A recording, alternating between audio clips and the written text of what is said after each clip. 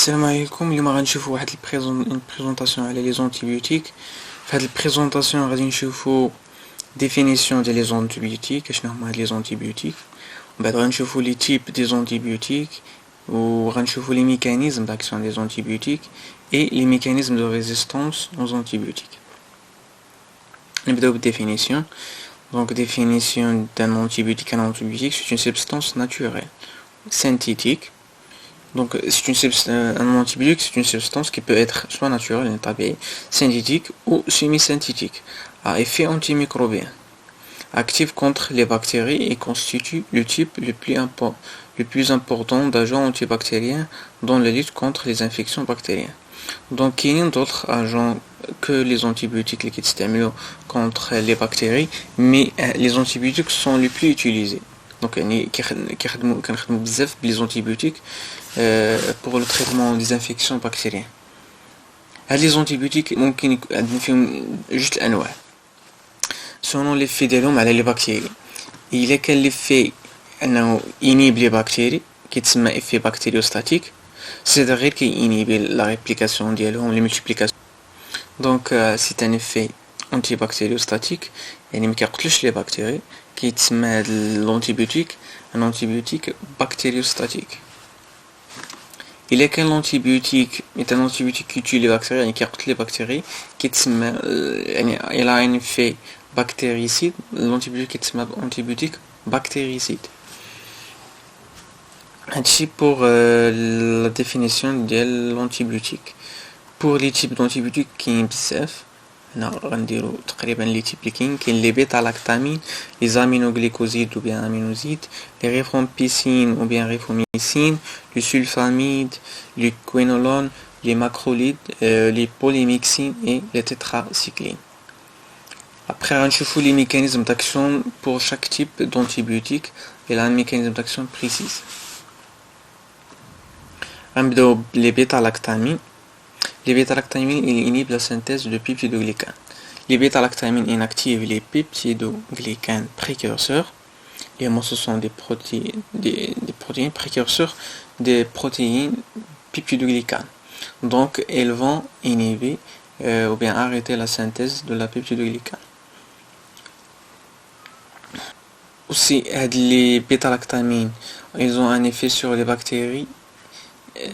Ils ont un effet faible sur les bactéries gram-négatives, car ces derniers ont une faible couche de peptidoglycanes. Alors que les mycoplasmas qui n'ont pas de parois cellulaires sont naturellement résistants. Les mycoplasmas n'ont pas la paroi, donc les peptidoglycanes, donc ils sont naturellement résistants. Pour les aminoglycosides, les aminoglycosides inhibent la synthèse protéique tout simplement par leur action. Leur action, il interfère avec la sous-unité protéique 30S du ribosome. Donc ils vont inhiber la synthèse protéique de la bactérie par la suite.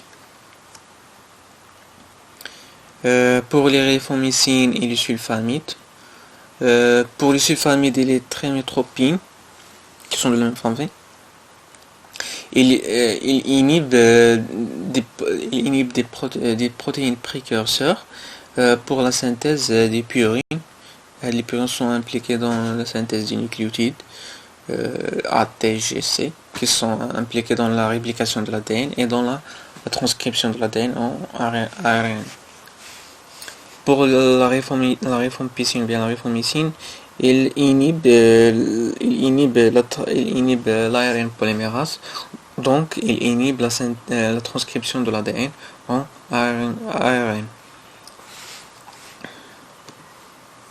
Pour les quinolones, il agit sur une protéine qui est l'ADN gyrase. Cette protéine qui est l'ADN gyrase avec d'autres protéines comme la topoisomérase, leur effet sur l'ADN, c'est le déroulement du double brin d'ADN pour permettre la réplication. Alors que les quinolones, ils vont agir sur l'ADN gyrase et vont l'inhiber. Donc le déroulement de l'ADN bactérien et par la suite vont inhiber la réplication de l'ADN.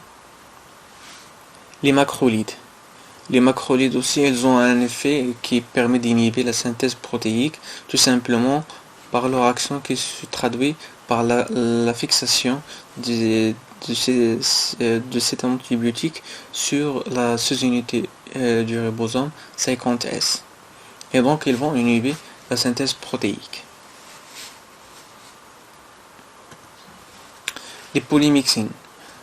Pour les polymyxines, ils ont un effet sur les bactéries gram-négatifs qui se traduit par l'augmentation de la perméabilité membranaire des bactéries, ce qui permet par la suite d'endommager la paroi cellulaire et par la suite permet la lyse cellulaire.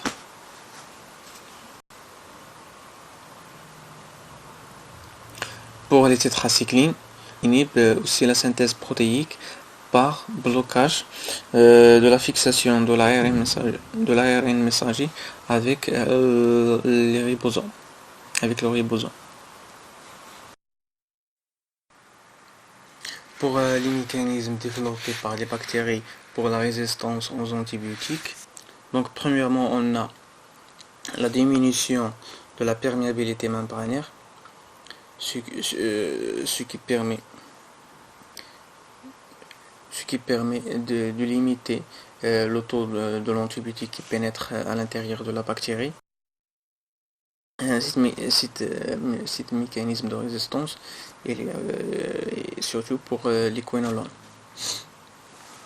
Le deuxième mécanisme, c'est l'inhibition enzymatique de l'antibiotique, soit par des enzymes qui vont dégrader l'antibiotique ou bien par des enzymes qui vont inactiver cet antibiotique, par exemple le bêta-lactamase qui est un enzyme synthétisé par certaines bactéries pour résister au bêta-lactamine.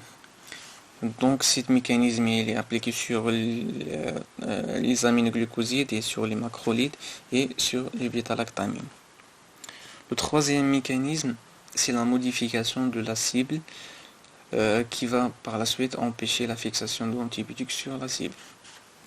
Donc, si par exemple on a une cible normale, donc l'antibiotique va se fixer et va faire son travail. Si la cible est modifiée soit par la fixation d'une molécule ou autre chose, l'antibiotique ne va pas reconnaître la cible, donc il n'y aura pas une fixation de l'antibiotique sur la cible.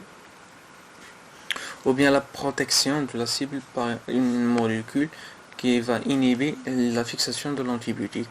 Ces mécanismes d'action sont appliqués sur les aminoglycosides et sur les macrolides. Il y a aussi un mécanisme qui est le système du flux, qui permet de pomper ou bien d'éliminer l'antibiotique à l'extérieur de la bactérie. Cet mécanisme il est appliqué sur les tétracyclines.